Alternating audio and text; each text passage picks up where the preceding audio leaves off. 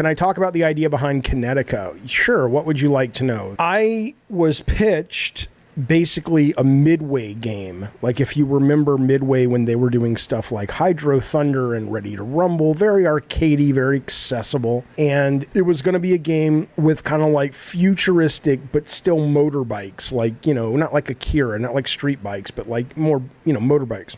Like dirt bikes. But I don't know what it's called. You know, when they ride the motorcycles and the jumps and shit. And it was supposed to be like, you know, you crash onto theme parks and you go up roller coasters and you go up the sides of skyscrapers and crash through and disrupt a wedding. You know, it's supposed to be very much like fuck you society kind of thing.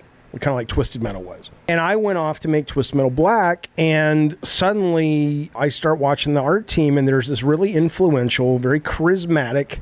That's why I always say politics is half of making video games, half of it's dealing with politics. Very talented artist, very charismatic artist. So he could kind of, you know, get people wrapped up in his vision. Well, his vision was what we were calling ass bikes. It's like, dude, this is not commercial. But I was the creative director. I should have put my foot down harder. And I guess I was new at doing that job. And, the art team was behind it. And the director was behind it. And I'm like, okay, I'm focused on Black anyway. Y'all go ahead. Fuck it. And lo and behold, it was a game that still has some people talking about it. And you know, there a lot of people still have fond affections for it. But, you know, it tanked.